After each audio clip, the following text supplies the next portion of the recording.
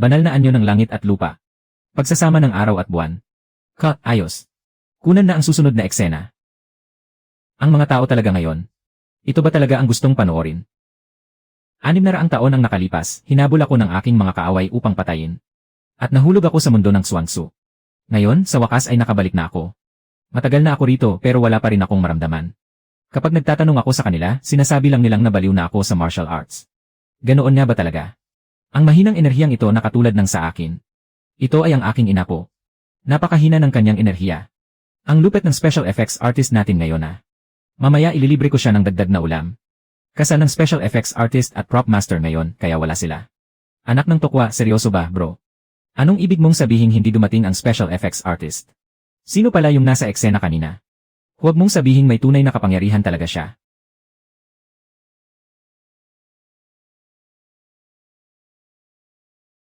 Orb ng lupa. Sa wakas ay. Nakabalik na ako. 600 taon sa mundo ng Suangsu. Pero 300 taon pa lang ang lumipas sa daigdig. Bumaba ang aking kultibasyon sa antas ng inyuan. Pero sapat na ito. Sa loob ng starbed na ito, mayroon pa lang. Isang napakahinang bakas ng aking sariling dugo. Hoy, Big Boss. Nasilaw naman ako sa yaman mo.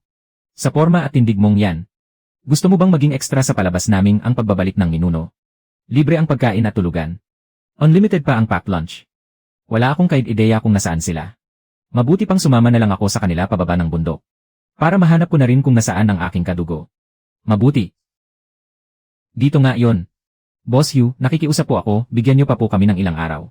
May malubhang sakit po ang papa ko. Naubos po ang pera namin sa pambili ng gamot. Pumirma ang papa mo sa isang mapagsamantalang kontrata. Ngayon, ang multa sa paglabag ay lumaki ng 5 beses. Pangako po, babayaran ko. Magtatrabaho po ako sa 3 lugar. Magtatrabaho, kasya ba ang kakarampot mong sahod para pambayad? Magtrabaho ka na lang sa pabrika ko. Kung kailan mo mababayaran ang utang mo. Doon pa lang matatapos ang lahat. Ayoko pong pumunta roon. Boss Hugh, nakikiusap po ako sa inyo. Huwag niyo pong saktan ang anak ko. Mga hayop kayo. Umalis ka nga riyan, matanda. Boss Hugh, malubha talaga ang sakit ng matandang ito. Baka gumawa pa tayo ng gulo rito. Huwag tayong gumawa ng ingay. Anong kinatatakutan nyo, dapat lang magbayad ang may utang. Kapag hindi kayo nagbayad ngayon, wawasakin ko ang bahay nyo. Papa ko ang may utang sa inyo. Kaya sa akin nyo sinilin. Pirmahan mo ang kontratang ito. Kusang loob kang magtatrabaho sa pabrika para pambayad utang. Boss Hugh, matigas ang ulo ng batang ito. Siguradong kakayanin niya ang mabibigat na trabaho sa pabrika. Talian nyo na at dalhin paalis. Pipirma na ako, pipirma na ako. Huwag nyo lang sasaktan ng papa ko. Huwag mong pirmahan, si Yaoxu. Hindi pwedeng yumuko ang pamilya Lu sa kanila. Pamilya, Lu. Pamilya Lu. Sinong pamilya Lu? Nakatira lang kayo sa bulok na lugar na ito, umaasta pa kayong mayaman. Laging sinasabi ni Lola noon, na ang ating ninuno ay sasakay sa makukulay na ulap para iligtas tayo. Kung maglakas loob siyang magpakita, papatulan ko rin siya. Ang pangalan ng ninuno niyo ay Lu Chenxiao. Babalik siya. Anong klaseng basurang pangalan yan? Kahit kailan hindi ko pa narinig yan. Pumirma ka na bilis. Mga inapo ko nga talaga kayo. 400 taon akong hinintay ni Mingtang. Hindi niya ito kailanman binanggit noon. Pero ngayon, sino ka ba para makialam sa mga gawain ko? Sinabi mo lang ba na bubugbugin mo rin ako? Kuya Hugh, nababaliw na yata ang taong gubat na ito. Nakakostyum pa nga. Bata, walang kinalaman dito ang isang tulad mo, lumayas ka na. Kung hindi, titiyakin kong pagsisisihan mo ito. Hindi mo ba narinig na pinalalayas kita? Sino ka ba talaga? Sinasabi ko sa'yo. Tauhan ako ni Kuya Qiang. Hindi ko kilala ang Kuya Qiang na yan. Ang alam ko lang, ginalaw mo ang mga tao ko. Ikaw. Sino ka? Ikaw ay ang inyong dakilang bayani. Ninuno. Kayo nga po ba talaga yan?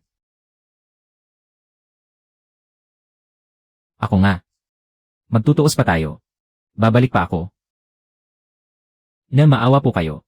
Ang kontratang ito. Sino ang nagpeke nito? Si Kuya Qiang po ang nag-utos sa amin. Bumalik ka at sabihin mo sa Kuya Qiang na yan. Ako, si Lu Chenxiao, ang magtatanggol sa pamilyang ito. Kung hindi siya sang-ayon, sabihin mong siya mismo ang pumunta rito para harapin ako.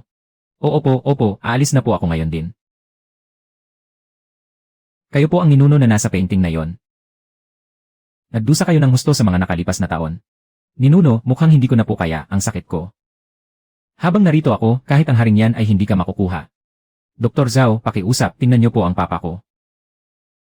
Huminto na sa paggana ang kanyang mga organo. Huli na ang lahat kahit dalhin pa siya sa ospital. Imposible, maayos naman siya kanina lang.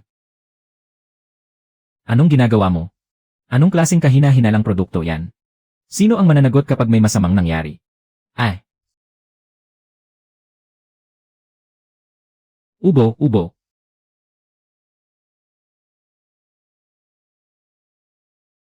Normal ang tibok ng puso. Normal ang presyon ng dugo. Paano naging posible ito? Ikaw? Anong klaseng paraan ba ang ginamit mo? Nakamamatay na pinsala yan. Nakamamatay na pinsala lang pala. Nalupig na ang lason. Ligtas na ang kanyang puso. Lason. Hindi siya may sakit. Unti-unti siyang nilalason sa loob ng mahabang panahon. Ang kumpanyang Tianhai. Sila nga talaga ang may gawa nito. Tianhai, si Zhao Tianhai ba na dating tagapagsilbi? Masyadong mahina ang kanyang katawan. Kailangan niya ng 100 taong gulang na ligaw na ginseng, na may kasamang mga banayad na halamang gamot, upang mapalakas ang kanyang katawan, para tuluyang maalis ang lason sa loob ng 7 araw. Wala po akong pera para bumili ng ligaw na ginseng. Sa kasamaang palad, hindi ako nagdala ng pilak pabalik. Ipaubaya mo sa akin ang tungkol sa pera. Ninuno, talaga po bang maililigtas niyo ang papa ko? Huwag kang mag-alala, ipaubaya mo sa akin. Sapat na ang iyong nagawa. Nangungulekta pa kayo ng utang hanggang dito sa bahay namin. Lalabanan ko kayo hanggang sa huli. Tanggapin mo ang aking pangil ng leon. Kakaiba ang suot ng taong ito. Bakit ang katawan niya ay kasing tigas ng bakal? Ginamit ko na ang buong lakas ko sa suntok na yon. Sige, huwag kang makipag-away. Hindi siya nangungulekta ng utang. Kakaligtas lang niya kay Papa. Baka manloloko lang yan. Karaniwan lang ang likas na kakayahan ng batang ito. Ngunit may hindi sumusukong bagsik sa kanyang mga kamao. Kahit paano, may katangian siya ng isang inapo ng aking pamilyang Lu. Saan ko kaya pwedeng dalhin ang bagay na ito? Para ipalit sa pera ng mundong ito. Ang pinakamalaking sanglaan sa lungsod ng Linjiang ay ang sanglaan ng Henggu. Pero kung magdadala ka lang ng basag na bato doon, siguradong hindi ka man lang papapasukin sa pinto. Maaari po bang maiwan nyo ang inyong numero? Kapag gumaling na po si Papa, gusto po namin kayong pasalamatan ng maayos. Ano ang bagay na ito? May mahinang kuryente lang na dumadaloy sa loob. Pero nakakagawa itong magliwanag at magpakita ng mga larawan. Taong bundok ka ba? Hindi mo man lang alam kung ano ang cellphone. Nakakosplay ka ba sa suot mong yan? Kung hindi, baka gusto mong magpatingin sa isang tradisyonal na doktor. Ang mga damit na ibinigay ng mga taong yon kanina ay hindi bagay sa kapaligirang ito. Ang isang ito ay talagang nagustuhan ko. Ito na lang. Ang mga bakal na kahon na ito ay umaasa sa pagsunog ng isang uri ng itim na likido para gumana. At hindi man lang nangangailangan ng panloob na lakas para umandar. Ang kumikislap na liwanag na ito ay wala man lang kahit anong enerhiya ng ki. Walang pilak na ginamit sa transaksyon. Pero nakuha nila ang pagkain ng ganoon na lang. Masyado pa rin kapansin-pansin ang suot kong damit. O baka naman dahil sa sobrang kagwapuhan ko. Seryoso. Tingnan mo, mukhang retro ang suot ng lalaking yan ah. Siguradong sisikat to kapag binideo natin. Kailangan kong makahanap ng paraan para makabili ng 100 taong gulang na ligaw na ginseng at pinakamataas na uri ng snow lotus. Para tuluyang maalis ang lason sa katawan ni Huaian. Hinto, ito ang sanglaan ng Henggu. Hindi ito lugar para sa cosplay. Kung gusto mong magpa-picture, pumunta ka sa plaza sa tapat. Hindi mo ba naiintindihan ang sinasabi ko?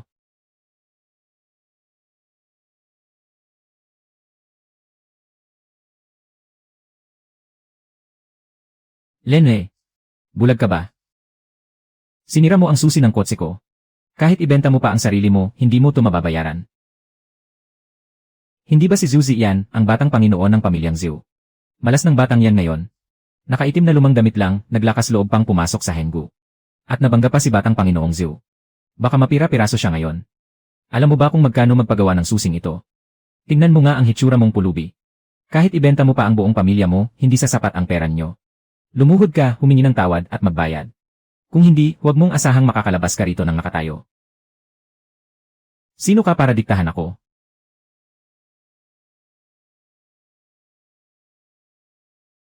Baliwala lang pala si batang Panginoong Zhu sa kanya. Ang lakas naman ng loob ng taong to. Akala ba niya madaling kalabanin ang pamilyang Zhu? Tabi. Oh. Aba. Batang Panginoong Zhu, anong hangin ang nagdala sa inyo rito? Tantyahin mo ang halaga nito. Para mamulat ang mata ng ilang hampas lupa rito. At makita nila kung ano ang totoong kayamanan. Huwag mong isipin na dahil lang sa suot mong lumang damit at pagpapanggap, ay makakapasok ka na sa pinto ng Henggu. Batang Panginoong Zhu, napakagandang uri ito ng Imperial Green Jade. Napakalinaw at napakaganda ng kulay.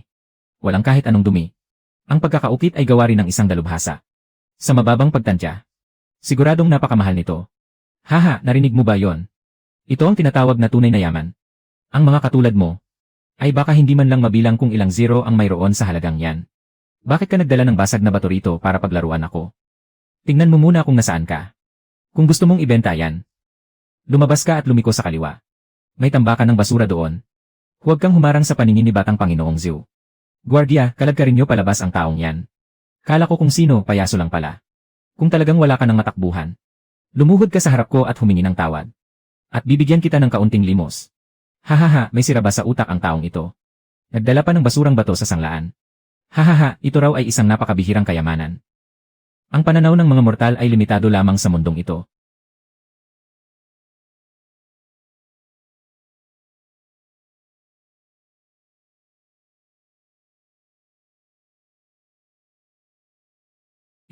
Hindi ito basta jade lang. Ito ay namuong ki. Sa isang langha pa lang nito. Nawala na agad ang sakit ng ulo ko nitong mga nakaraang araw. Ang ganitong banal na bagay. Kanina lang ay muntik ko nang itapon bilang basura at palayasin siya. Ang napakadalisay na enerhiyang ito. Ang mga lumang sugat na bumara sa katawan ko ng maraming taon. Ay tila nagsisimula ng gumaling. Ito ay. Boss P, lumang bato lang naman yan, bakit ganyan ka mag-react? Manahimik ka, saan ba galing ang hampas lupang ito? Basta't dala ko ang bagay na ito. Lubusang gagaling ang mga lumang sugat ko sa loob ng 3 buwan. At lalong lalakas pa ang kapangyarihan ko. Hindi mo kayang bayaran ang halaga nito. Boss P, nababaliw na ang taong bundok na yan. Bakit hindi nyo pa palayasin ang baliw na yan? Layas. Lakas ng loob mong palayasin ako. Kilala mo ba kung sino ang tatay ko? Ang tatay ko ay si Zhu Erhe. Ulitin ko sa huling pagkakataon. Layas. Bitawan niyo ako, may gana kayong hawakan ako. Pei Zhang, humanda ka sa akin. Panginoon, tuloy po kayo sa itaas.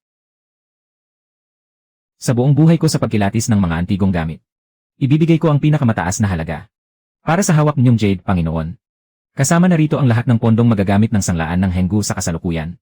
Panginoon, ito na po ang pinakamataas na halaga sa buong lungsod ng Linjiang. Sapat na ito para makakuha ng mga kagamitan sa mundong mortal. Panginoon, ano po ang account number ninyo? Ipapaasikaso ko na po agad ang paglipat ng pera. Wala akong account. Ano po ang sinabi ninyo? Wala rin akong anumang pagkakakilanlan. Siya ay isang pambihirang tao mula sa isang nakatagong sekta. Dapat ko siyang kaibiganin. At hindi ko siya dapat galitin. Panginoon, sandali lang po. Ako na po ang bahala. Kumuha kayo ng isang hindi nakapangalang black card na may pinakamataas na otoridad. Walang limitasyon ang halaga nito. Gamitin ang pangalan ng Henggu bilang garantiya. Ihatid niyo rito sa loob ng 10 minuto. Panginoon, tanggapin niyo po ang card na ito. Ang password po ay 68.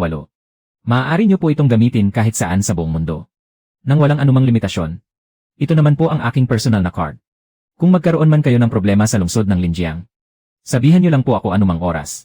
Handa akong gawin ang lahat para sa inyo. Hindi man lang niya tinanggap ang card ko. Ibig sabihin, wala talaga akong halaga sa kanya.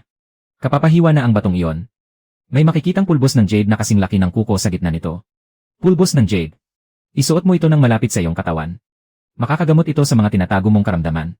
At magpapalakas sa iyong katawan. Gagamutin ang mga tinatagong karamdaman.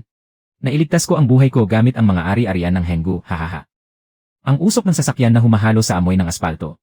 Napakadumi talaga ng hangin sa mundong mortal. Ang pagbuo muli ng katawan ay nangangailangan ng maraming halamang gamot para mapalakas ang pundasyon. Doon siguro ay makakabili ako ng ilan. Paano kaya gagamitin ang bagay na ito?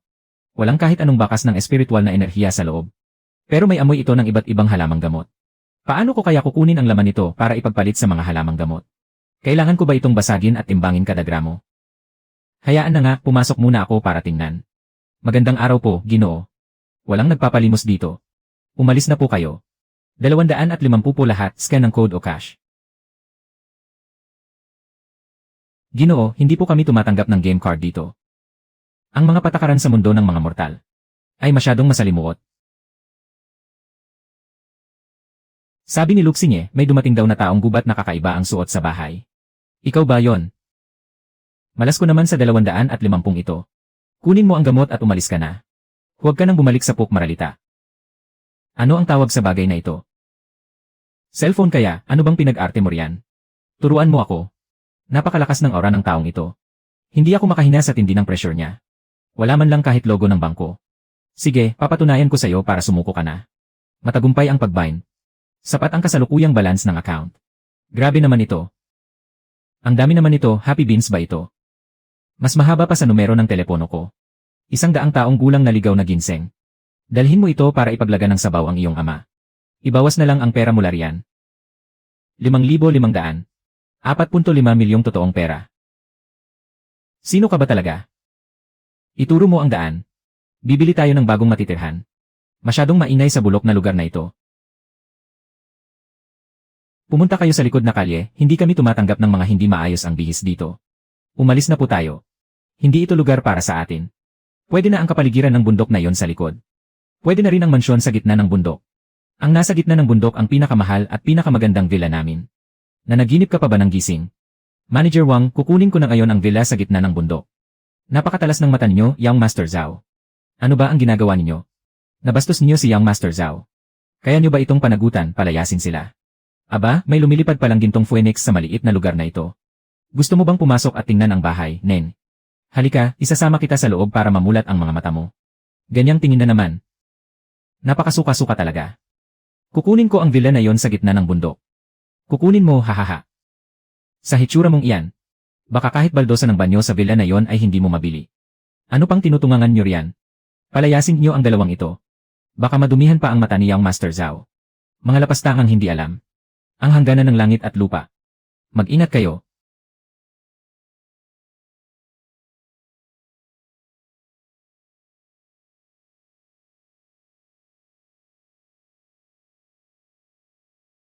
Swipe.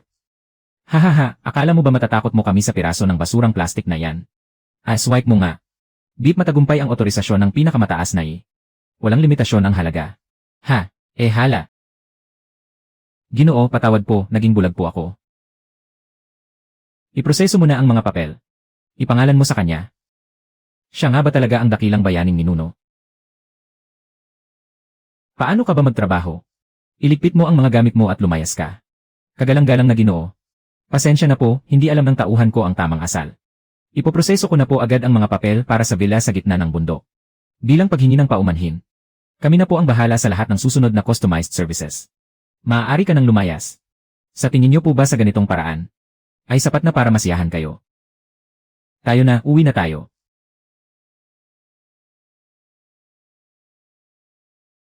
Ninuno. Mabuti naman at gising ka na. Kingi, iligpit mo na ang mga gamit. Lilipat na tayo ng bahay. Ninuno, ang susing ito.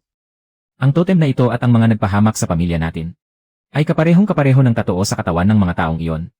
Ay ito ba talaga ang bago nating bahay? Siya ang dati kong amo. Si Zhao Jiangwo ng kumpanyang Tianjian. Ako ang namamahala sa pagtanggap ng mga materyales sa konstruksyon. Nagpasok siya ng isang batch ng substandard na bakal. Dinala ko ang ulat ng pagsusuri ng kalidad para kausapin siya. At sinabi kong isusumbong ko siya. Pagkatapos, pinalibutan ako ng mga tauhan niya. At doon na nga napilay ang mga binti ko. Iligpit ninyo ang mga gamit ninyo, lumipat muna tayo ng bahay. Ang taong nagkangalang Zhao Jiangwo na yon ay dapat nang magbayad. Ma, pasok po kayo. Hindi na kailangang mag-alis ng sapatos. Mas maganda ang kapaligiran dito kaysa sa lumang distrito. Pero para tuluyang mapagaling ang katawan ni Huaian, kailangan pa nating pumunta sa pamilihan sa timog ng lungsod para maghanap ng mga bihirang halamang gamot para ihanda ang lugar ng kanyang pagpapagaling. Tabi kayong lahat. Walang sinumang pwedeng humawak sa matanda. Kapag may mangyaring masama sa matanda ngayon, walang sinuman sa inyo ang makakatakas. Kung hindi pa siya gagamutin ngayon, hindi siya tatagal ng higit sa 3 hininga. Umalis ka nga rito, huwag kang magsalita ng walang kabuluhan. Sino ba talaga ang batang ito? Bakit nang lumapit siya? ay bigla akong nakaramdam ng likas na kabustuhang umatras. Bumabaliktad ang daloy ng kanyang enerhiya. Ang pagpapainom ng mabilisang gamot ay lalo lamang magpapabilis sa kanyang kamatayan. Umalis ka riyan kapag napahamak ang buhay ng matanda dahil sa'yo. Hindi mo ito kayang panagutan. Ang puwersang ito ng ganting talbog. Tiyak na hindi siya ordinaryong martial artist. Nakaengkwentro tayo ng matigas na kalaban. Patay tayo nito. Bilis, ipagbigay alam sa kawanihan ng seguridad. Naghahanap ka ng gulo, hulihin siya. Tigil. Ako si Song Chancheng. Maraming salamat po sa pagliligtas sa aking buhay, Ye. Lu. Maliit na bagay lang iyon. Ang material ng kwintas na ito ng jade na Budista ay may masamang epekto sa kalusugan. Huwag mo na itong masyadong isuot sa susunod. Ito ang pinakamataas na simbolo ng pamilya Song. Gamit ito, ang lahat ng ari-arian sa ilalim ng pangalan ng pamilya Song sa lungsod ng Linjiang ay maaari niyong utusan o gamitin. May ari-arian ka ba sa pamilihan ng jade sa timog ng lungsod? Ang pinakamalaking jubaoksuan sa timog ng lungsod ay pagmamay-ari nga ng pamilya Song. Kung kailangan niyo ng jade, Ye, Lu, maaari kayong pumili doon kahit kailan. Ang pamilya Song ang magbabayad ng lahat. Matandang Panginoon, nahanap na po namin ang kinaroroonan ng batang ipinapahanap ninyo. Nasaan? Ang pangalan niya ay Luxinye. Siya nga ay kamag-anak ng ginoong ito. Matandang Song, kumusta po ang pakiramdam ninyo? Hindi ito maaari. Bago kayo umalis, nasa huling yugto na kayo ng paghina ng puso. Ngunit ngayon, ang tibok ng inyong puso ay mas malakas pa kaysa sa isang taong nasa kasikatan ng edad. Ano ang nangyari sa panahong ito? Nang umatake ang sakit ng matanda kanina. Ang ginoong iyon ang nagligtas sa kanya sa pamamagitan ng pagpindot sa kanyang mga acupoint gamit ang dalawang daliri. Kalokohan, anong gamot ang ginamit mo? Ang pilit na paggising sa natitirang lakas ng buhay ni matandang Song. Ang ganitong panlilinlang na umuubos ng lakas ng buhay ay may lakas loob mo pang ginamit para makapinsala. 3 pulgada sa ilalim ng iyong kanang tadyang. Sumasakit ito tuwing hating gabi. Ang sakit ay umaakyat sa kahabaan ng meridyan ng atay. Kaya hindi ka makatulog sa gabi. Nalalagasan ng buhok at pinagpapawisan ng malamig. Matagal ka nang umiinom ng mga tabletang Zuzai. Ngunit sa kasamaang palad, hindi iyan ang tamang gamot. Bara-bara ang daloy ng iyong dugo at enerhiya. Kahit ang sarili mo ay hindi mo mapagaling. May karapatan ka pa bang pagdudahan ako? Hindi man lang niya hinawakan ang pulso ko. Pero sa isang tingin lang ay nabasa na niya ang aking sakit at mga nakasanayang gamot. Ito na nga ang maalamat na sining ng pagbasa ng enerhiya. Kahanga-hanga ang inyong banal na kakayahan, Ye. Lu. Naging bulag po ang matandang ito. Maaari ko po bang itanong kung sino ang inyong naging guro? May pag-asa pa po bang gumaling ang aking karamdaman?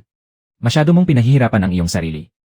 Alamin niyo kung anong mga hiyas at halamang gamot ang kailangan ni Lu. Babayaran lahat ng pamilyang Song ang mga yon at bago magdilim, gusto kong malaman ang eksaktong lokasyon ng lahat ng kapamilya niya.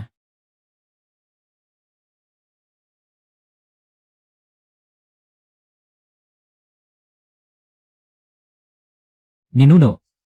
May nangyaring masama kay kuya. Huminahon ka muna at huminga ng malalim bago magsalita. Nagtatrabaho po si kuya bilang stunt double sa studio. May kinukunan silang eksena sa mataas na lugar ngayon. Pinipilit ni Xiao Chen si kuya na tumalon ng walang suot na safety wire. Tumanggi po si kuya. Kaya kinulong siya ng mga tauhan doon at ayaw siyang paalisin. Pinipilit pa siyang magbayad ng napakalaking multa sa paglabag sa kontrata. Kung hindi, iba-blacklist daw nila siya sa buong industriya. Tayo na. Tingnan natin kung sino ang nangangahas na mang-api sa mga apo ng pamilyang Lu. Senyor, nahanap na po namin. Ang pangalawang anak ng pamilyang Lu, si Lu Jingchuan. Nasa studio 3 po siya ng film studio ngayon. Kinalaban niya si Xiao Chen ng Xinjiao Media. Kaya hinuli siya ng mga tauhan doon. Kakaligtas lang ni Lu sa buhay ko. Tapos ang pamilya niya, dito mismo sa lungsod ng Linjiang, ay apiin lang ng isang hamak na artista. Saan ko ilalagay ang mukha ko niyan? Tawagin ang lahat ng bodyguard ng pamilyang Song. Pumunta tayo sa film studio. Anong ginagawa niyo rito? Umalis kayo rito kung wala kayong kinalaman. Isang hamak ka lang na ekstra, may gana ka pang magmayabang sa akin. Dapat ka ngang magpasalamat dahil pinapatalon kita. Tama po kayo, Ye. Xiao. Lu Jingchuan, huwag mong abusuhin ang kabaitan namin. Naantala mo ang buong schedule ng shooting. Paano mo babayaran ang mga naging lugi namin? Sumusunod lang ako sa kontrata. Hindi kasama ang buhay ko sa trabahong ito. Kung gusto niyo akong sumuko, managinip kayo. Lumuhod ka ngayon at pirmahan mo ang waiver na ito. Kung hindi, sisiguraduhin kong wala ka nang makukuhang trabaho sa industriyang ito. Turuan niyo siya ng leksyon.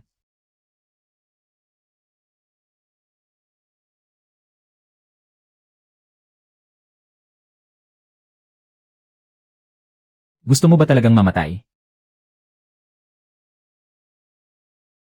Nagmamayabang ka pa, gusto mo bang patalsikin kita? Sino kayo para hawakan ang mga apo ng pamilyang Lu? Sino ka? Ang ninuno po sa larawan. Nasaan na ba ang mga guard? Ang lakas ng loob mong makialam sa akin.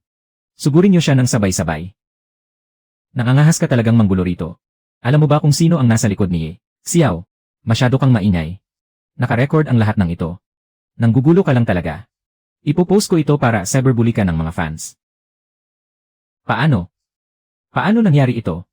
Lumuhod ka at humingi ng tawad sa aking apo. Sino ka sa akala mo? Tingnan na natin ngayon. Kung mas matigas ba ang kamao mo? O ang mga tauhan ko? Pangulong Liu, binugbog po ako rito sa Studio 3. Pinipilit pa niya akong lumuhod. Lapastangan. Dito sa lungsod ng Linjiang. Walang sinumang nangangahas na humawak sa mga tao ng Shengxi Entertainment. Iabot mo sa kanya ang telepono. Gusto kang kausapin ni Pangulong Liu. Dahil ginalaw mo ang tao ko. Sisiguraduhin kong hindi na makakatira ang buong pamilya mo sa lungsod ng Linjiang.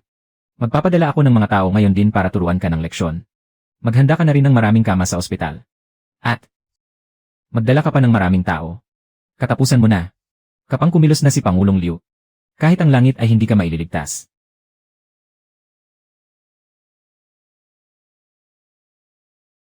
Kapitan Zhou, siya ngayon. Binugbog niya ang mga tao ko. At tinangka pa akong saktan. Akala ko naman kung sino. Isang hamak na hampas lupa lang pala. Ninuno. Siya po si Director Liu, ang may-ari ng kumpanyang Tianhai. Umalis na muna kayo po, ako na ang haharap sa kanila. Umatras kayo, oras na para magpasikat ako. Pero, ang batas ko ang masusunod. Akala mo ba gumagawa tayo ng teleserye rito? Nag-inarte pa, baliin ang mga binti niyan at itapon sa labas. Lalabanan ko kayo hanggang sa huli. Protektahan si Director Liu.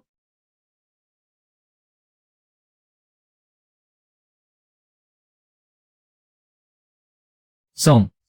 Ginoong Song, bakit po kayo naparito ng personal? Ano po ang maipaglilingkod ko? Sino ba ang matandang yan? Gabi na, ano bang ipinagmamalaki niya? Manahimik ka, kung gusto mong mamatay, huwag mo akong idamay. Ginoong Lu, paumanhin po at nahuli ako ng dating. Hinayaan ko pang maabala kayo ng mga walang kwentang taong ito. Sino ba talaga ang ating ninuno? Ang pinuno ng Linjiang Chamber of Commerce ay yumukod pa sa kanya. Ang tauhan mo. Kakulangan ko po sa pagdidisiplina sa kanila. Ginoong Song, patawad po, naging bulag ako. Liu Cheng, namamahala ka lang sa industriya ng pelikula ay napakayabang mo na. Paano pa kung pinamahalaan mo ang ibang industriya? Baka pati ako ay saktan mo na rin. Hindi ko po magagawa yan, hindi na po maulit. Ang lahat ng proyekto ng kumpanyang Tianhai sa Linjiang ay ganap ng babawiin ng pamilyang Song ang puhunan. Kung sino man ang mangahas na sumalo sa'yo, ay makakalaban ko si Song Qiancheng. Tapos na, sira na ang lahat. Tayo na. Sige po. Ginoong Lu, magulo at walang kwenta ang grupong ito ng pelikula. Kukunin ng pamilyang Song ang buong pamamahala at pondo nito. Kung nanaisin ni Binatilyong Jingchuan, sa kanya na mapupunta ang papel na pangunahing aktor. Kanina lang ay hindi man lang ako makakain ng simpleng baon. Ngayon naman ay bigla na lang akong naging pangunahing aktor. Tanggapin mo. Maraming salamat po, Ginoong Song. Bakit siya? Sino ba siya sa akala niya? Umupo ka nang nakaekis ang mga binti. Matatag ang iyong kalooban. Hindi ka umaatras sa anumang pagsubok. Ngayong araw, lilinisin ko muna ang iyong mga ugat at utak ng buto. Ituturo ko sa iyo ang katawang suwanyo na walang kamatayan. Napakasakit, parang mababali ang mga buto ko. Magtiis ka. Ninuno, nararamdaman ko pong puno ng lakas ang buong katawan ko. Ito ba ang tinatawag na pagsasanay?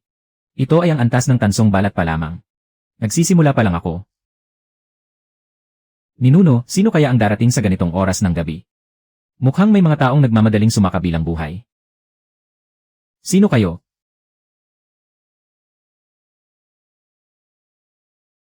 Oho.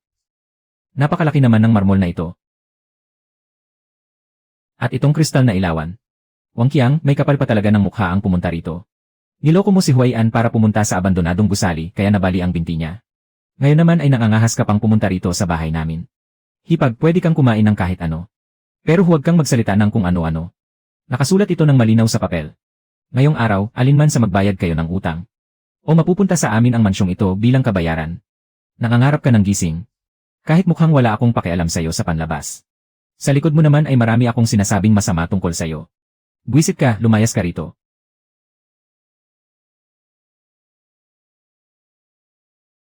Sinye. Lapastangang bata. Nangangahas ka pang lumaban. Sirain niyo ang lahat ng mamahaling gamit sa bahay na ito. Saan naman galing ang gwapitong ito? Napakainit ng panahon pero balot na balot ka. May dinaramdam ka ba? Gusto mo bang palamigin kita? Wang Qiang. Napakayabang mo talaga. Mas malaki pa ang yabang mo kaysa sa amoy ng paa mo. Lumpuhin niyo siya.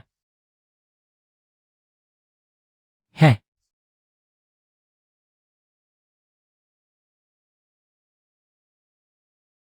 Anong ginawa mo? Huwag kang gumalaw, anong klaseng pangkukulam ang ginawa mo? Subukan mong gumalaw pa. Kukuryentihin kita hanggang sa mahimatay ka. Isang piraso lamang ng karaniwang bakal. Ang may lakas ng loob na itutok sa akin.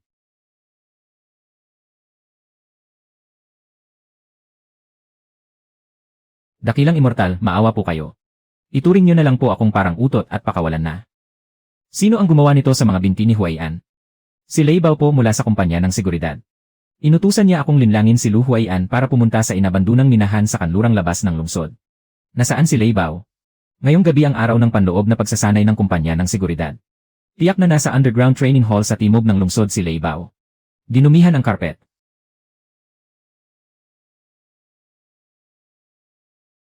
Pumunta si Boss Wang Qiang sa mansyon ng Kanglan para maningil ng utang.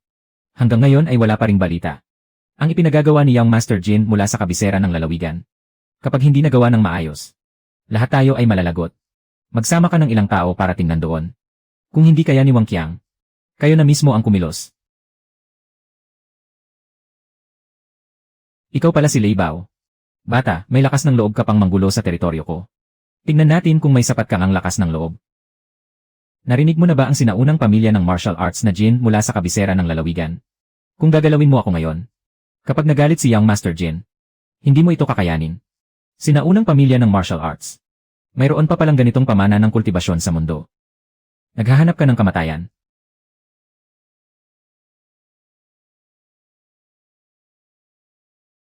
Ano kang klaseng halimaw?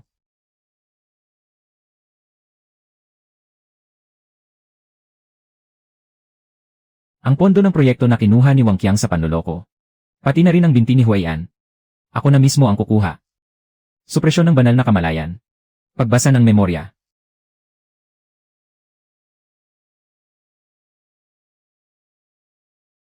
Is-package at ipadala.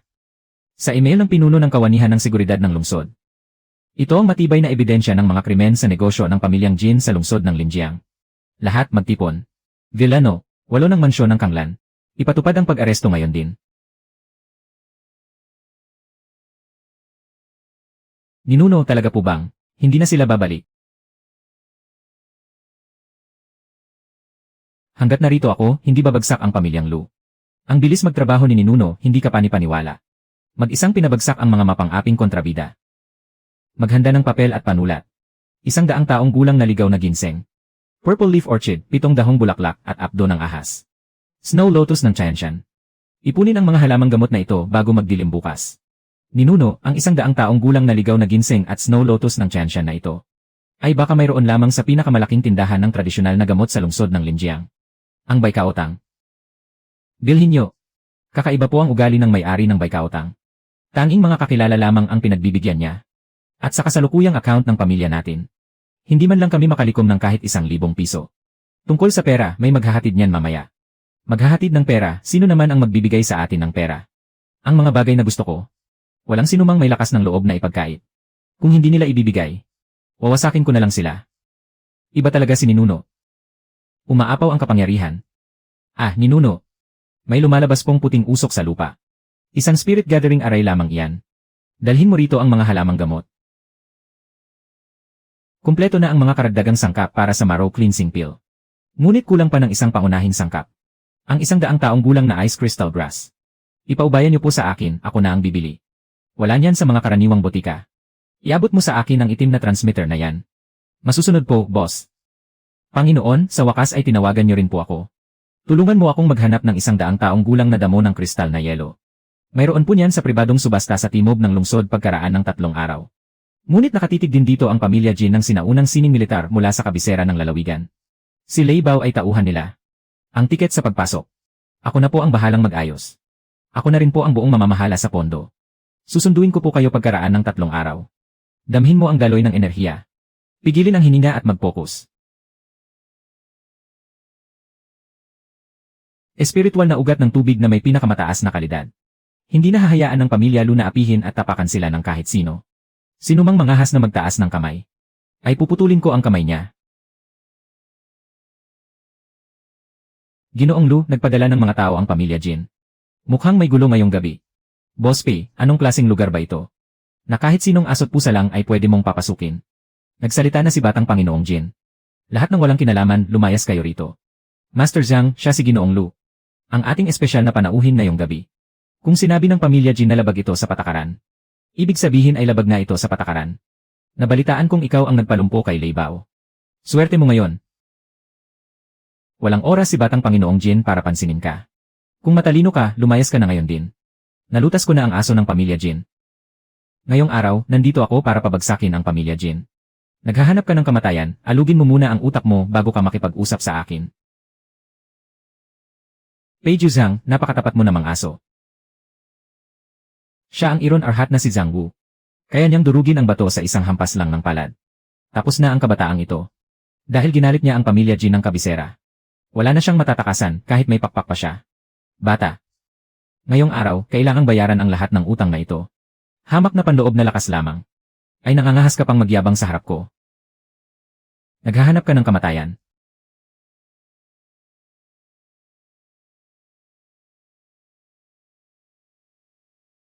Paano mangyayaring hindi ko man lang ito may galaw?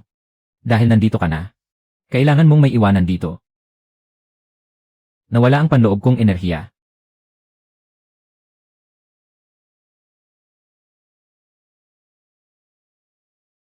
Ipakita mo ang daan. Hindi man lang nakatagal si Zhang Wu kahit sa isang tira. Sino ba talaga ang batang ito at saan siya nanggaling? Boss, bakit ka nagpapanik ng ganyan? Umaasa lang siya sa pagiging bata at mayabang. Nag-ensayo lang siya ng ilang taon sa panlabas na sining militar. Masyadong naging kampante si Zhang Wu at sumugod agad. Kaya naman sinamantala niya ang pagkakataon. Kapag natapos na ang subasta, ako mismo ang kikilos. Dahil sa sinabi mong iyan, matandang swan. Kampante na ako. Ang susunod na ibebenta. 100 taong gulang na damo ng kristal na yelo. Ang panimulang presyo ay 10 milyon. Ang bawat dagdag sa tawad ay hindi dapat bababa sa 1 milyon. Ang damo ng kristal na yelo, kunin mo iyan. Para makumpleto na ang mga sangkap ng gamot. 30 milyon, akin na ang damong ito. Maaari bang pagbigyan niyo ako rito? Panginoon.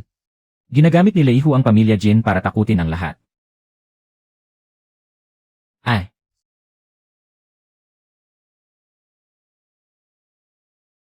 Bata, sinasadya mo ba talaga akong kalabanin? 40 milyon. 50 milyon. Wow. Sinumang mangahas na magtaas pa ng tawad. Ay kinakalaban ako, si Lei Bao. Kapag lumabas ka sa pintong ito, sisiguraduhin kong hindi siya makakatapak ng maayos sa lungsod ng Linjiang. Ginoong Lu, napakarumi ng mga paraan ng Lei Bao na yan, tayo. Ituloy mo. 60 milyon. Si Pei Zhang ba yon, nababaliw na ba siya? Nangangahas siyang kalabanin ng harapan si Lei Hu. Sino ang kabataang lalaki sa tabi niya? Bakit nakikinig ng ganyan sa kanya si Pei Zhu? Dalhan mo ako ng di kuryenteng pamalo. Bababa ako para gulatin siya. Hayaan mong makuha niya. Elder Xuan, inaapakan na ng batang ito ang dangal ko. Dahil gusto naman niyang maging tanga. Bakit hindi muna natin siya hayaang mag-abono? Kapag tapos na ang auction, maghahanap tayo ng lugar na walang tao. At mapapasa atin pa rin ang bagay na yon. Naiintindihan ko. 60 milyon isa. 80 milyon. Mukhang nababagalan si Lu sa takbo ng bidding, kaya tinapos na niya agad ang pag-asa ng lahat. 80 milyon 3 sarado na. Sapat na ang purong espiritual na enerhiya ng yelo. Tayo na. Yelo. Papasundo ko po kayo sa mga tauhan ko sa pinto ng basement para ihatid kayo. Siguradong may masamang balak si Lei Bao. Huwag na, pagkatapos ng gabing ito. Iisa na lang ang boses na maririnig sa Linjiang. Ang lakas ng loob mo, bata. Akala mo ba dahil kakampi mo si Pei Zhang, ay pwede ka nang maghari-harian dito sa Linjiang?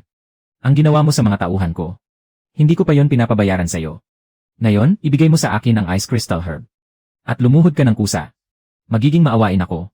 At ititira ko ang isa mong kamay. Hahaha. Huwag masyadong mayabang ang mga kabataan. Ibigay mo ang mahiwagang gamot. At sirain mo ang sarili mong kapangyarihan. At titiyakin ng matandang ito na makakaalis ka ng ligtas. Nandito ang bagay na yon. Kung gusto ninyo, kunin niyo mismo. Gusto mo talaga sa mahirap na paraan na. Tirahan niyo siya ng kaunting hininga. Gusto kong ako mismo ang bumasag sa mga tuhod niya. Isang napakabatang Grandmaster. Tiyak na mahina pa ang kanyang true key. Basta't makalapit tayo sa kanya. Tiyak na matatalo siya. Napakayabang mong bata.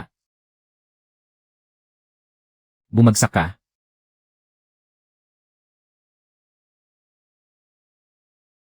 Hindi ako naniniwala. Panoorin mo kung paano ko wawasakin ang proteksyon mo. Mawasak ka. Ito lang ba? Paggawa ng kalasag gamit ang key. At pagbasag ng ginto sa isang pitik lang. Ikaw ang maalamat na nakatagong eksperto. Nagawa ko talagang kalabanin ang isang nakatagong eksperto. Si Elder Yuan ang pinakamalakas na haligi ng underworld sa Linjiang. Pero lumuhod siya nang hindi man lang nahahawakan ang dulo ng damit nito. Bumangga tayo sa pader ngayon. Panginoong Lu, maawa po kayo. Naging bulag po ako at hindi ko kayo nakilala. Kailangan pa po ba ng pamilya ninyo ng aso? Bukod sa mukha akong tao. Medyo parang aso naman talaga ako. May iba pa bang mga eksperto rito sa mundo? Noong kabataan ko, naging panauhing eksperto ako ng pamilya Lin, isang sinaunang pamilya ng martial arts sa kabisera. Nakabasa ako ng isang lumang sirang kasulatan. Lihim na hinahanap ng pamilya Lin ang mga sinaunang mahiwagang lupain. Bago nito, naglabas ng balita ng pamilya Lin na may isang mahiwagang lupain sa kailaliman ng bundok Kilian na malapit ng magbukas. Ang ice crystal herb na yon ang mismong bagay na hinahanap ng pamilya Lin. Saan ba talaga ang eksaktong lokasyon nito? Tulungan niyo ako.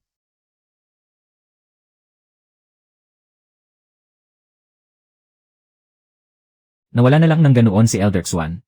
Kahit isang piraso ng tela, walang natira. Gusto mo bang mabuhay? O gusto mong mamatay? Gusto ko pong mabuhay, Panginoong Lu. Kahit ano pong iutos ninyo sa akin, gagawin ko. Hindi ko po ginagamit ang utak ko. Napakakinis po nito. Kung sino po ang ipapakagat nyo, kakagatin ko. Amo. Isang bakas ng true key ang nakakabit sa mga ugat mo. Sa isang isip ko lang. Magiging 10 beses na mas malala ang sasapitin mo kaysa sa kanya. Salamat po sa hindi niyo pagpatay sa akin, aking amo. 3 araw. Lahat ng kumpanya ng konstruksyon sa likod ni Wang Qiang ay dapat ilipat sa pangalan ni Lu Huian. Mula ngayon, kapag may nawalan kahit isang hibla ng buhok sa pamilya Lu, ikaw ang mananagot sa akin. Huwag kayong mag-alala, Panginoon. Kapag hindi ito naayos sa loob ng 3 araw, ihahandog ko ang aking ulo sa inyo. Hoy, i-freeze niyo ang lahat ng account ng kumpanya ni Wang Qiang sa timog ng lungsod. Ilipat ang lahat ng ari-arian bago sumikat ang araw bukas. Sino mang mangahas na pumalpak? Tatadtarin ko siya. Putok ang mga meridian. At ang mga organo ay nilalamon ng panloob na enerhiya. Hamak na kakayahan lamang. Ang pamilya Lin ang mahiwagang lupain ng Kilian. Mas marami palang sikreto ang nakatago rito kaysa sa inaasahan ko.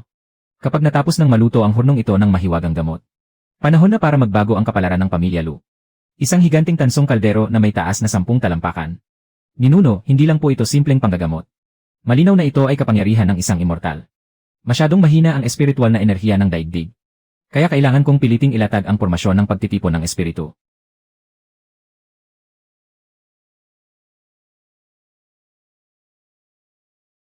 Buksan ang langit. Papa. Tabi po ang mga kamag-anak. Huwag po ninyong gambalain ang pagliligtas. Anong nangyayari? Bakit hindi ko man lang maigalaw kahit isang daliri ko? Napakabaho. Ninuno.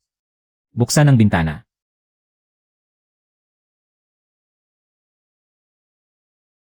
Ninuno. Umalis kayo.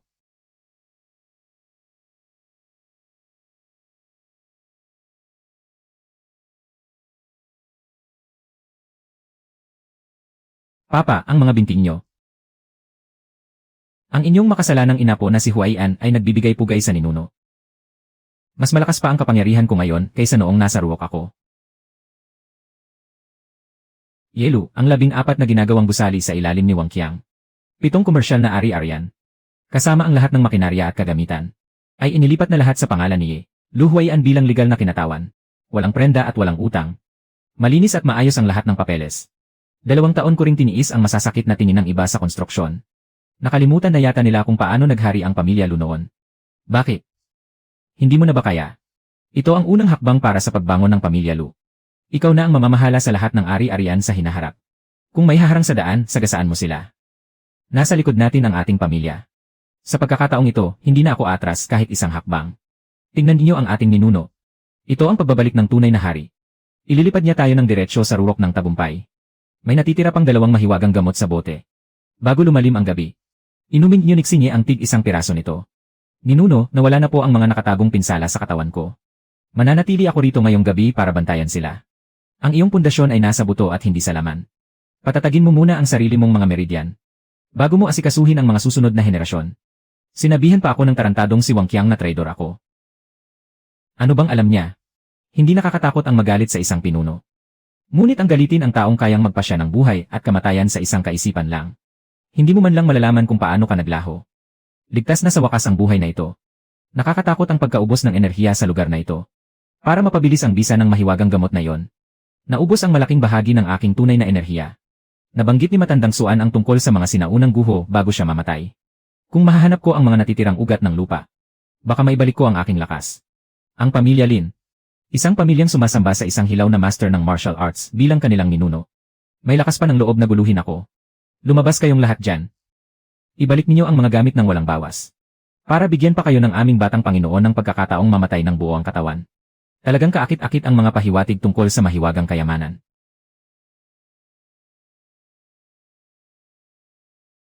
Narito ang huling hininga ni Matandang Suan. Ang papatay sa kanya ay gumamit lamang ng mga madayang patibong. Katiwalang Lin, mukhang may kung anong proteksyong kalasad ang lugar na ito. Ikinulong ng pumatay sa kanya ang buong villa sa isang bitad. Inasasin ang tagapagtanggol ng pamilyang Lin. At ninakaw ang mahalagang bagay ng pamilyang Lin. Kahit anong patibong pa ang nakatago sa loob. Ngayong gabi, sisiguraduhin kong babalatan natin siya. Opo.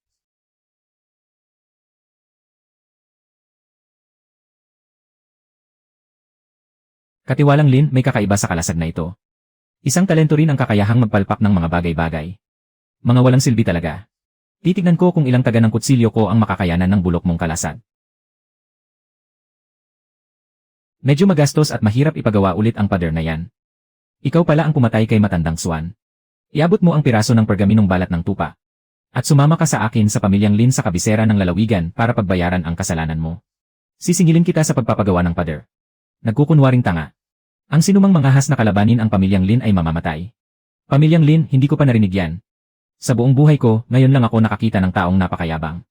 Ang isang palakas sa ilalim ng balon na tulad mo na nagtatago lang sa lungsod ng Linjiang. Ay walang karapatang hamakin ang pamilyang Lin. Hindi ko naman tinutukoy ang pamilyang Lin lang. Sinasabi ko lang na basura kayong lahat na naririto. Naghahanap ka ng kamatayan.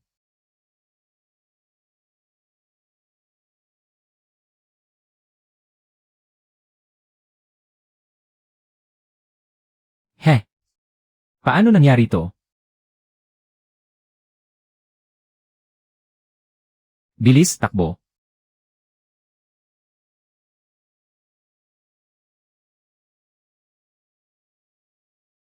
Ano ba talaga ang antas ng kapangyarihan mo? Kumusta ang lakad? Naligpit na ba ang mayabang na lalaking iyon? Lin Kanghai. Sino ka? Bakit nasa iyo ang cellphone ni Lin Xiao? Masyadong maingay ang mga tauhan mo. Naligpit ko na sila, kaya huwag ka nang magpasalamat. May 200 taong kasaysayan ang pamilyang Lin. At may dakilang guro ng sining sa pakikipaglaban na nagbabantay sa aming angkan. Kahit sino ka pa. Wala nang lugar para sa iyo sa buong lalawigan ng Jiangnan. O talaga, hindi pumunta ka rito. Naghahanap ka talaga ng kamatayan. Dakilang guro. Mga asong gala lang naman.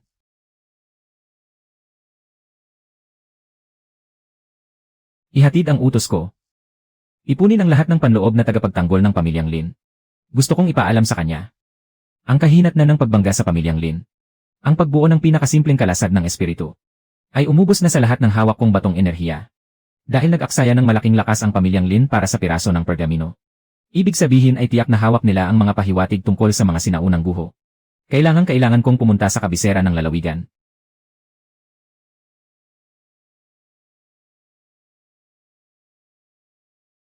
Ang sinumang manghahas na magbanta sa kapayapaan ng aking pamilya ay kailangang magbayad ng mahal.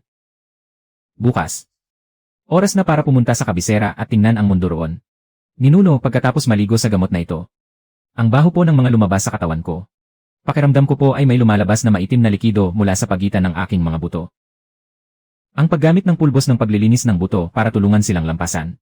Ang hangganan ng panloob na lakas ay siya ng pinakamataas na limitasyon. Simula ngayong araw, magsanay kayo sa paghina ayon sa teknik na ibinigay ko sa inyo. Ninuno, magsasama po ako ng mga tao para sumabay sa inyo sa kabisera. Hindi po hahayaan ng pamilyang Luna kayo lang ang mag-isang humarap sa panganib. Manatili ka sa lungsod ng Linjiang at bantayan mo sila. Opo. Kung may manggugulo, baliin mo agad ang mga binti nila. At itapon sila palabas. Mag-ayos ka ng isang eroplano. Pupunta tayo sa kabisera bukas. Panginoon, gaano karaming tao ang kailangan nating isama? Ipunin ko po ba agad ang lahat ng pinakamahusay na tauhan ng pamilyang Pei? Sumama ka lang sa akin, sapat na yon. Pupunta ang Panginoon sa kabisera. At ako lang ang isasama niya. Napakalaki talaga ng tiwala niya sa sarili. Ihanda ang mga sasakyan, ilabas ang pinakamagarang kumboy.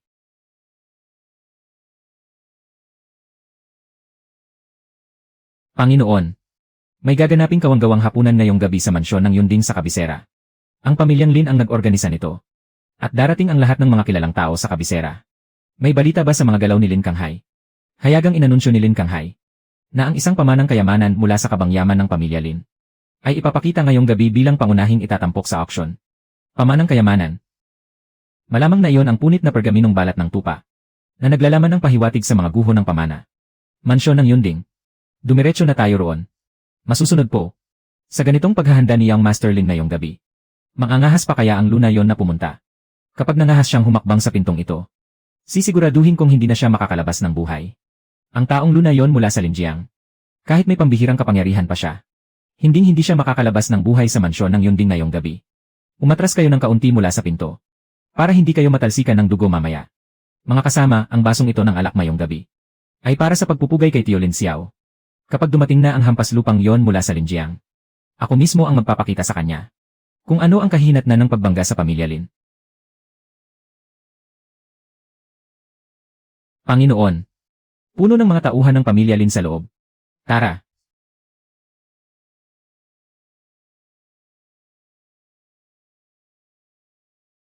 Ikaw pala ang duwag na pagong na galing Linjiang. Akala ko naman kung sino kang may pambihirang lakas. Sino ba ang tinatakot mo sa porma mong yan? Nasaan si Lin Kanghay? Palabasin niyo siya para kunin ang premyo niya. Hindi ba't ito si matandang Pei ng Linjiang? Bakit ka napadpad sa kabisera para maging sunod-sunuran lang sa isang paslit? Sino ka sa akala mo? Kung may isip ka pa, umalis ka na rito. Walang kaalam-alam ang tangang ito. Kung sino ang kinakaharap niya? Bumangga sa pader ang pamilya Lin ngayong gabi. Nangahas kang maghanap ng gulo sa pamilya Lin namin. Ikaw pala si Lin Kanghay. Sino ka para tawagin lang sa pangalan ng tatay ko? Nasa mansyon ng Yunding ka. Talagang wala kang respeto sa pamilya Lin namin. Lumpuhin niyo siya.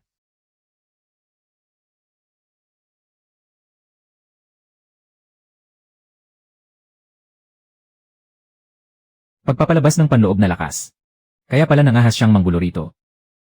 Nakaabot na pala siya sa antas ng isang Grandmaster. May kaunting galing ang bata. Pero hindi ka dapat naghari-harian dito sa kabisera.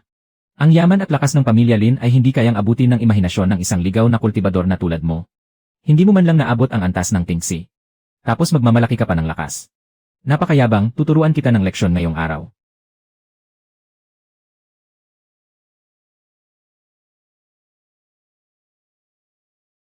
Bay, bitawan mo ako. Tigil, bitawan mo siya. Ikaw pala si Lin Kanghay. Ipinapakita ng pamilya Lin ang aming pamanang kayamanan ngayong gabi. At narito si Vice Presidente Lin ng Asosasyon ng Sining sa pakikipaglaban ng kabisera para sumaksi. Bata, ibaba mo si Young Master Lin. Kung makangahas kang manakit sa harap ng madla, hindi ito palalampasin ng aming asosasyon. Ang pamanang kayamanan na sinasabi mo ay ang kabilang kalahati ng bagay na ito. Gagamitin niyo ang relikya mula sa mundo ng Xuanzu para magpayaman. Karapat-dapat ba kayo? Ikaw. Sinira mo ang mahiwagang harang ng kabangyaman. Ang pagpapadala ng mga tao ng pamilya Lin sa Linjiang. Ay utos mo ba? Kung ano ngayon? Kinuha mo ang kayamanan ng pamilya Lin. Kaya dapat mo itong pagbayaran ngayong gabi. Napakabuti. Anak. Tapos na ang personal na alitan. Ngayon naman pag-usapan natin ang mga patakaran. Simula sa araw na ito, lahat ng ari-arian ng pamilya Lin ay ililipat kay Pei Juzhang.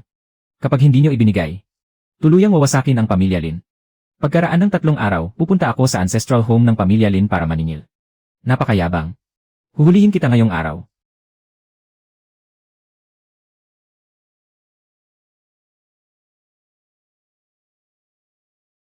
Maagang na-activate. Pumunta kayo at pakiusapan ang ninuno na lumabas sa kanyang pag-ensayo. Pababayaran ko sa kanya ito ng 100 doble. Maagang nagbukas ang mga guho sa bundok ng Kilian.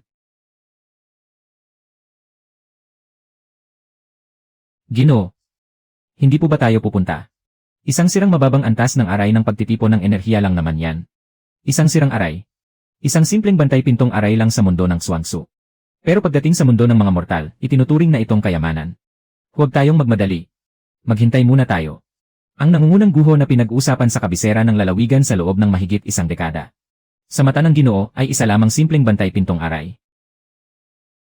Napakalakas ng espiritual na enerhiya. Tiyak na may malaking kayamanan sa likod ng pintong ito. Pinalalayas ng mga tao mula sa asosasyon ng martial arts ang lahat. Bakit dapat may parte ang sinumang makakita sa mga guho? Pangulong Zhao, may kakaiba sa pintong ito. Sabay-sabay tayong umatake. CJ. Hindi maganda, dalian niyong umurong. Bumabalik ang atake dahil sa aray na ito.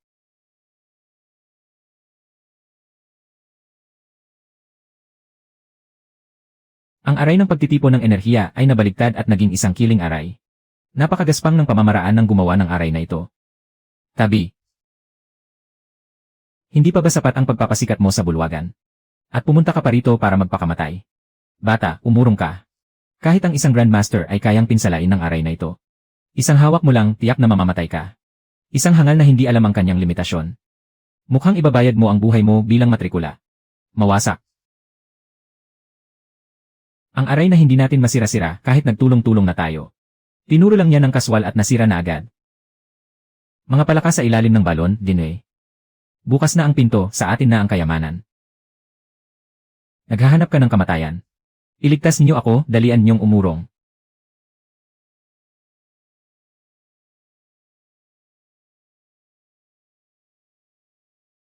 Lapastang ang hayop. Kahit ang kagalang-galang na vice-presidente ng Asosasyon ng Martial Arts ay hindi nakayanan ang isang atake. Hindi man lang natin matamaan ang mga kaliskis nito. Dali, umurong na tayo. Makikipagpatayan ako sa'yo. Kahit ang talim ng espada ay hindi makahiwa. Kapag nahawakan ka nito, tiyak na kamatayan. Ang lapastangang hayop na ito ay hindi natin kayang labanan. Kumain lang ng ilang damong gamot para magkaroon ng kaunting lakas. At sapat na yan para magsisigaw kayo ng ganyan. Taga.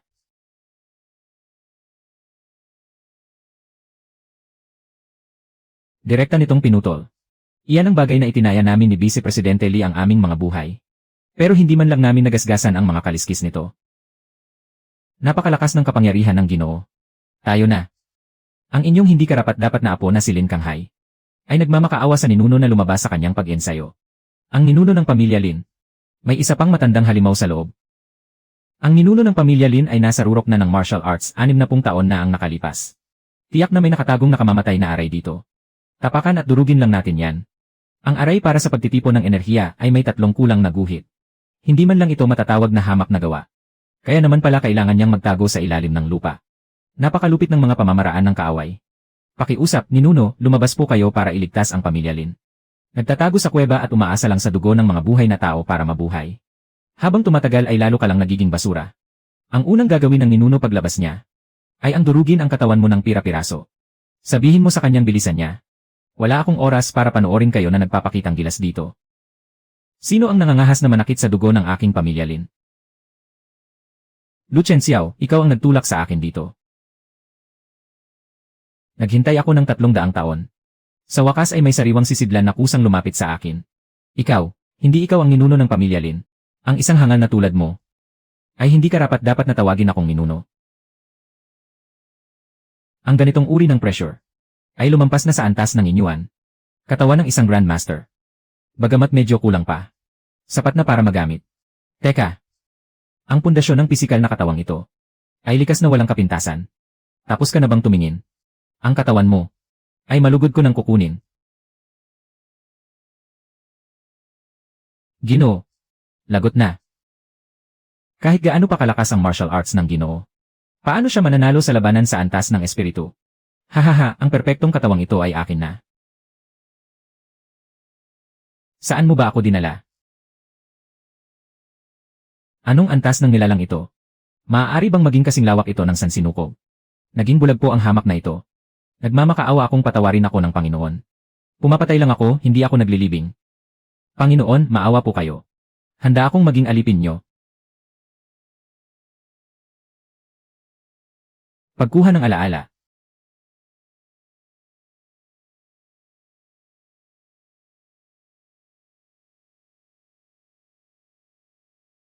Ang natira sa katawan ni Lin Kanghay. Ang aura nito ay tiyak na mas mataas pa sa isang Grandmaster. Ang halimaw sa antas na ito ay pumasok sa katawan ni Ginoong Lu. Pero namatay nang hindi man lang nakagawa ng kahit anong ingay. Ang inyong junior si Zhao Wuji. Mula ngayon, ay susunod lamang sa inyong mga utos, Ginoo. Simula sa araw na ito, wala nang pamilya Lin sa kabisera ng lalawigan. Kung mayroong hindi sumasang-ayon, pumunta lang kayo sa akin.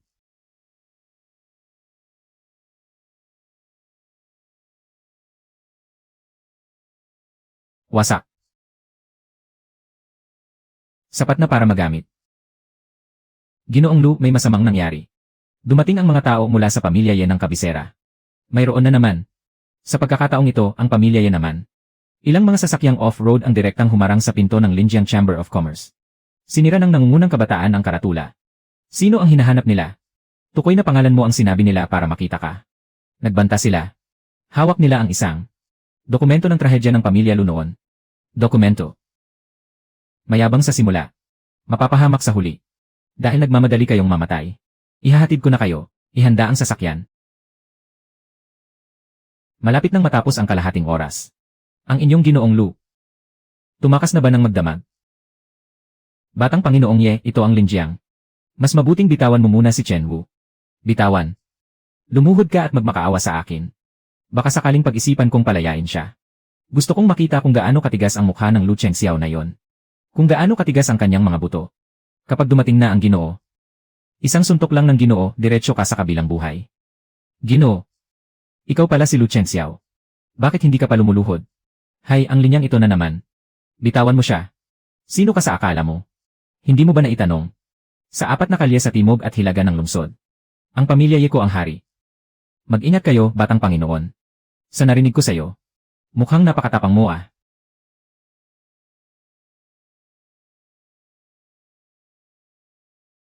Ako ay direktang linya ng pamilya Ye sa kabisera. Nangangahas ka bang saktan ako?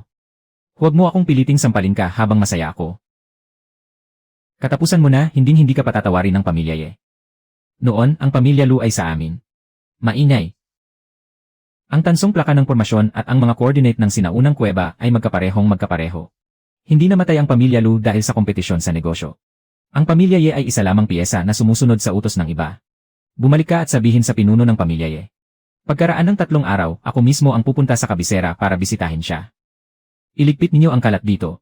Kalag ka rin siya palabas. Masusunod po.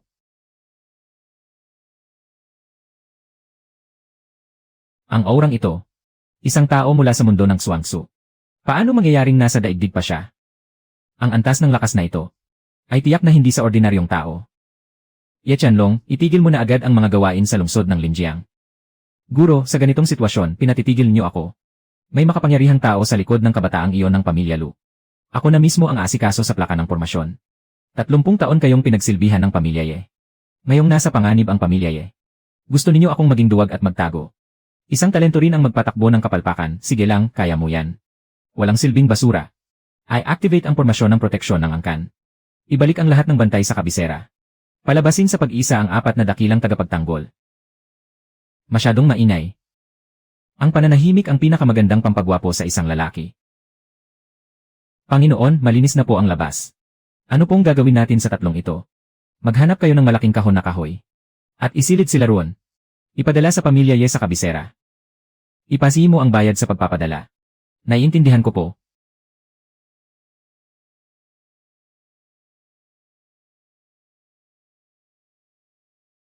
Palakawalan ang mga pana. Lu Chengxiao, ito ang dakilang pormasyon na inihanda ng guro. Hindi mo ito masisira. Ibigay mo ang natitirang mga plaka ng pormasyon. At hahayaan pa kitang mabuhay. Masyado kang madaldal.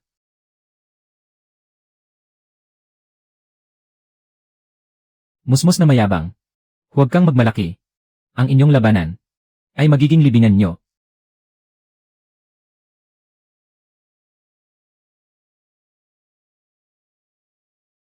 Guro, iligtas niyo ako.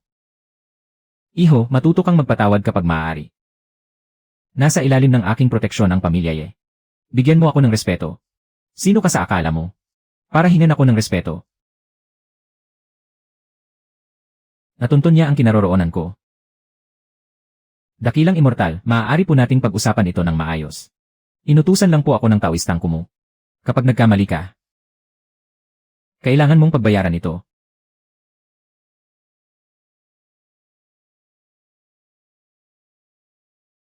Sa pagitan ng paghingi ng tulong sa iba at pag-asa sa sarili. Pinili ng matandang ito ang magmakaawa. Sana ay magawa ng tangang iyon na magpatagal pa ng ilang minuto.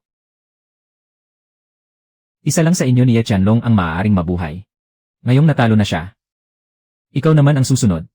Mula sa mansyon ng pamilya Ye hanggang dito ay may layong 50 kilometro. Paano siya nakarating dito sa loob lang ng ilang minuto? Iho, ako ay isang elder ng panlabas na sekta ng Kinyon sa mundo ng Xuanzu.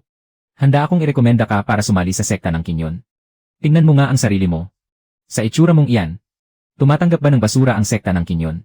Ayaw mo sa madaling paraan, gusto mo sa mahirap. Akala mo ba talaga ay natatakot ako sa'yo?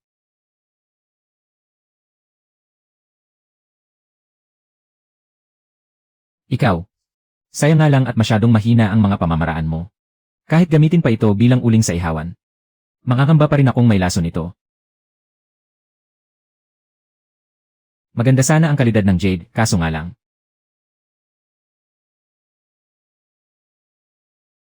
Maawa po kayo, handa kong ibigay ang lahat ng aking kayamanan. Pati na rin ang lihim ng plaka ng pormasyon. Huminga ng malalim, normal lang na mahilo ka. Ibigay mo ang tansong plaka ng pormasyon ng tagapagbantay ng pinto ng Kunlun. Kung hindi, walang matitira kahit isa. Emperador ng sekta ng Kinyon sa araw na magbukas ang lagusan. Iyon ang oras ng aking pagbaba sa daigdig. Kayong mga tao. Kunlun. Shenongjia. Ang natitirang dalawang plaka ng pormasyon ay dapat nating makuha. Bago pa sila maglunsad ng malawakang pagsalakay. Ginoo. Mag-book ka ng tiket sa eroplano patungong Hilagang Kanluran para pumunta sa Kunlun. Panginoon, nalaman ko na po. Kasalukuyang ganap na nakasara ang paligid ng Kunlun dahil sa pamilya Ma. Ang pamilya Ma ang hari-harian sa Hilagang Kanluran. Mga sigalang na nangungulekta ng toll fee. Mga hamak na tulisang daan. Mukhang may tinutulungan silang maghukay ng isang istruktura sa ilalim ng lupa. May mga tao talagang gustong mapadali ang buhay nila. Bakit hindi nyo kami pinapadaan? Kailangan ko pang sumakay ng bus. Trabaho ito ng pamilya Ma. Sino ang madaldal dyan? Papatumbahin ko siya at ilalabas ng nakahiga.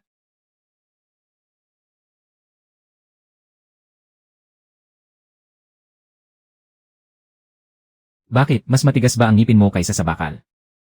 Sino ang nagbigay sa iyo ng lakas ng loob, si Liang Jingru? Bugbugin nyo.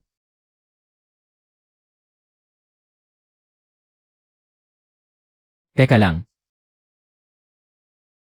Master Masan. Magaling ka pala. Pero nasa Hilagang Kanluran ka. Ang sinumang manakit sa mga tao ng pamilya Ma ay itatapon sa kulungan ng mga buwaya. Kung makakaahon ka, pwede mo itong ipagmalaki ng 3 taon. Kung hindi, tutugtugan ka na lang ng trompeta sa libing mo. Sa pagitan ng pagiging tanga at pagiging makapal ang mukha. Pinili mo pa ring maghanap ng gulo. Hulihin siya at baliin ang mga kamay at paa. Itapon siya sa disyerto ng Gobi.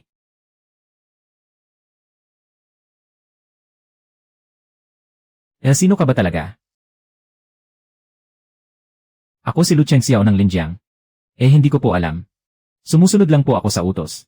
Bakit isinara ng pamilya Ma ang bundok? Ano ang hinahanap nyo? Ang sekta ng Kinyon. Hinahanap nila ang pasukan ng kuweba ng Kunlun. Kasalukuyan nilang pinupuwersang sirain ang depensa. Pumunta tayo sa Kunlun. Ikaw ba ang nanakit sa mga tao ng aking sekta ng Kinyon? Napakainit ng panahon pero ang kapal ng suot mo. May mabigat ka bang dinaramdam? Naghahanap ka ng kamatayan. Huwag kang madaling magalit.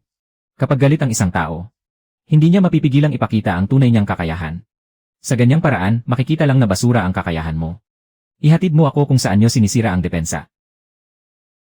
Panginoon, iyon po ang nasira na ang selyo ng kuweba. Panginoon, sa harap natin ang huling linya ng depensa ng pamilya Ma. Sagasaan mo.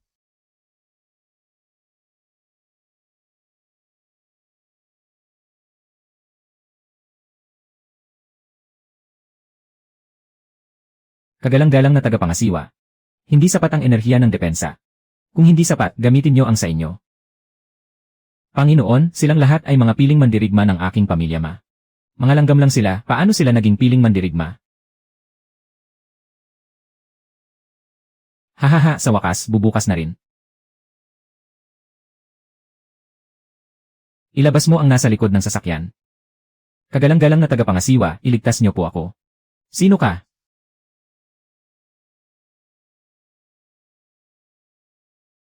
Tumalon ka mula sa ganyang kataas. Nang walang kahit isang galos. Ikaw ba ang tumalo kay Kumu? Ako nga. At ngayon, ikaw naman ang tatapusin ko. Sana nga ay may pambihira kang lakas. Ang sinumang nangahas na magsalita sa akin ng ganyan, ay naglaho na ang kaluluwa. Masyado ka yatang nagbabasa ng mga nobela sa internet. Iniisip mo ba na kapag naging masama ka ay lalakas ka na? Matalas ang dila mo, ah. Sisimutin ko ang iyong enerhiya ngayon. Upang ialay sa dakilang depensa ng kunlun. Magkasing edad lang naman tayo. Ayoko sana ng madaling laban. Ano? Mamatay ka na. Ang suntok na ito. Siguradong masakit.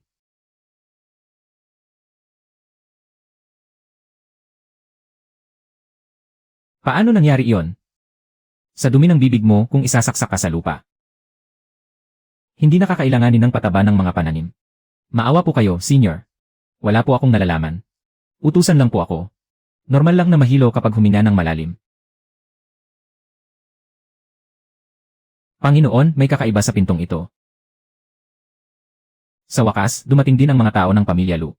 Hindi mailabas ang nakalalasong gas kaya bumalik ito sa loob. Lumabas ka riyan at magsalita. 30 taon na. Sa tulong ng lakas mo, makakatakas na ako sa mga tanikalang ito. Napakalaki naman ng bibig mo kung magsalita. Hindi ka ba natatakot na mabalian ng ngipin? Ang dugo ng tagabantay ng pinto at ang plaka ng pormasyon. Kapag kinain kita, maitatag ko muli ang aking demon core para makaganti. Mahaba na nga ang mukha mo noong una pa lang. Ngayon naman, mukha ka ng asno na naglakad sa disyerto ng 3 araw at 3 gabi. Dapat ay ipasok ang mukha mong iyan sa sunugan ng bangkay. Naghahanap ka ng kamatayan. Mag-ingat po kayo, Panginoon. Iyan lang ba ang lakas mo? Saang lamesa ka ba kumakain karaniwan? Ah, ikaw, ano ka ba talagang halimaw? Gusto mong tumakas? Kasama sa oras ang pagtakbo mo, alam mo ba? Suko ka na ba? Maawa po kayo, kagalang-galang na immortal. Maliit na demonyo lamang po ako na hindi nakilala ang inyong kadakilaan. Nasaan ang 3 plaka ng pormasyon? Nasa Hessian po. Noong panahong iyon, nahati sa 3 pangkat ang puwersa. Ang bahagi sa Hessian ay palaging kontrolado ng dakilang elder ng panloob na sekta ng Kinyon. Dakilang elder. Sinakop niya ang lawa ng langit sa Hessian. Gamit ang plaka ng pormasyon upang sugpuin ang espiritual na enerhiya ng ugat ng lupa. Maraming salamat po, kagalang-galang na immortal, sa pagpapalaya sa akin. Wala nga akong moralidad. Paano pa kaya ang kabutihang loob? Ibalik mo ito, maghanap ng kaldero ng gamot at pakuluan ito. Makakatulong ito sa iyo na makarating sa antas ng dakilang guro. Salamat po, Panginoon. Magbantay ka sa labas. Ayusin at linisin mo ang mga natitirang bagay dito.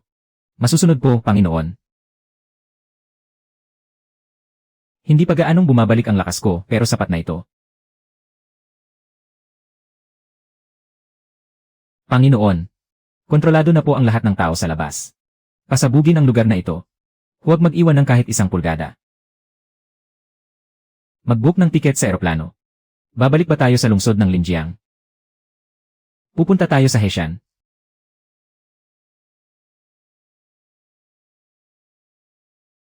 Sarisado na ang pinto ng Kunlun. Ang dugo ng pamilya Lu. Sa wakas ay naglakas loob na ring lumabas. Halika, ang bagyo at niebe ng Hessian ang maglilibing sa iyo.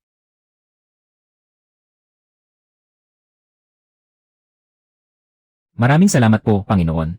Nakarating na ako sa antas ng dakilang guro. Ang ugat ng lupa sa Hilaga ay nakakulong sa isang ipinagbabawal na pormasyon. Kapag lumabas ang iyong tunay na ki, tuluyan itong masisimot. Huwag mong gagamitin ng basta-basta ang iyong tunay na ki. Ano ba talaga ang gustong gawin ng dakilang elder ng sekta ng Kinyon? Hihigop siya ng 100,000 espiritual na enerhiya. Upang buksan muli ang lagusan patungo sa mundo ng Xuanzu. Nakasil na ito, kaya bumalik ka kung saan ka nanggaling. Ano na namang klaseng gimmick ito ngayon? Kayong mga dayo, huwag kayong maghanap ng sakit ng ulo. Wala akong oras makipag-usap sa'yo. Sugurin siya.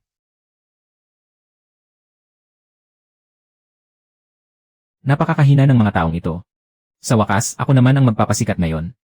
Panginoon, may kakaiba sa mga taong ito. Mukhang nasimot ang kanilang lakas ng isip. Ang tunay na pagmamahal ay hindi naninisi. Mukhang mahal na mahal ng dakilang elder na ito ang lupang ito. Pinakuluan niya ang lahat ng tao. Panginoon, saan niyo po natutunan ang ganyang karaming salita? Sa cellphone. Matitigas talaga ang ulo ng mga tao mula sa ikasyam na kawanihan ng kabisera. 3 araw nang sinisimot ang lakas ng isip pero hindi pa rin bumabagsak. Ang dakilang elder ng sekta ng Kinyo ng Pamilya Hu ay nag-ayuno sa lawa ng langit. Umalis na kayo rito agad. Pamilya Hu. Yung Hu ba na ibig sabihin ay nalilito? Sana ganyan pa rin katigas ang dila mo mamaya. Ang pinakamalaking pagsisisi mo. Mukhang malas ang araw ko ngayon ah. Naghahanap ka ng kamatayan. Paano nangyari ito? Umalis ka na rito bilis sa ibabaw ng Tianchi. Gumagawa ang dakilang elder ng 100,000 aray ng enerhiyang espiritual. Nasa iyo ang aray plate ng Kunlun. Napapaligiran po kayo, Ginoo. Nagko-cosplay ka ba riyan bilang Heibei Wochang? Kung gusto mo, edi kunin mo.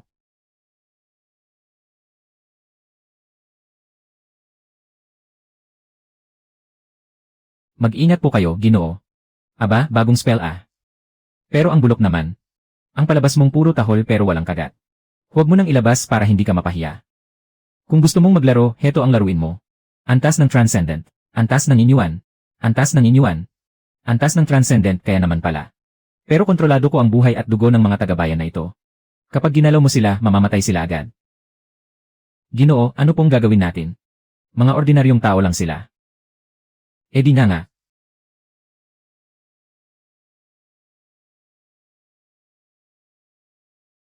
Pinutol mo ang mga linya ng kontrol ko. Kahit sino kayang gawin yan. Ikaw na hindi kilalang dakilang elder. Gumawa ka pa ng peking katawan para lang makipag-usap sa akin. Hindi kaya duwag ka. Lu Chenxiao, sinira mo ang dakila kong plano.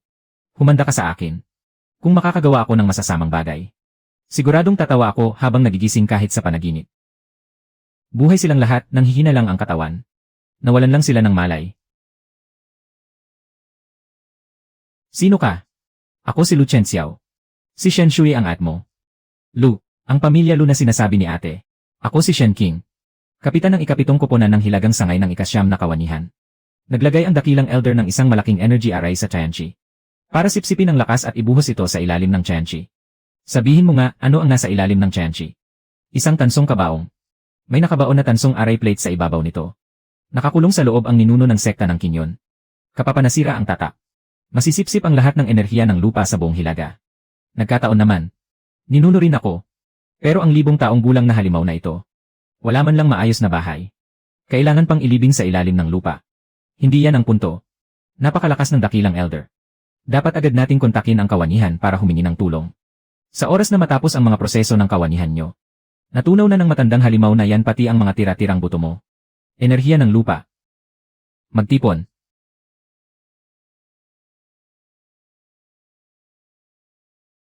Malapit na, haha. Malapit nang masira ang tatak. Ang galing mong gumawa ng kwento ah. Siguro ang eulogy para sa burol mo balang araw. Ikaw mismo ang sumulat niyan, no? Ikaw pala ang madaldal na sumira sa plano ko sa paanan ng bundok. Ibigay mo sa akin ang array plate. At hahayaan kitang mamatay ng buo ang katawan. Mukhang konektado ang luha mo sa pantog mo. Puno ng tubig ang mga mata mo. Kaya malabo ang lahat ng nakikita mo. Ito lang ba, wala na bang mas malakas sa inyo? Maingay, tanggapin mo ang atake ko. Maligayang pagbabalik ni Nuno. Sino ang nanggugulo sa tulog ko? Hoy matanda, siguraduhin mong natutulog ka nga talaga. 500 taon na, ang matandang hangal na si Lu Niantang. Nagpadala rin ba sa wakas ng tao para mamatay? Niantang. Nga. Medyo namimiss ko na nga si Niantang. Noong ikulong niya ako rito. Hindi mo ba naisip na ako ang mas malakas niyang kahalili? Ngayong araw, wawasakin ko ang buong kunlun na ito.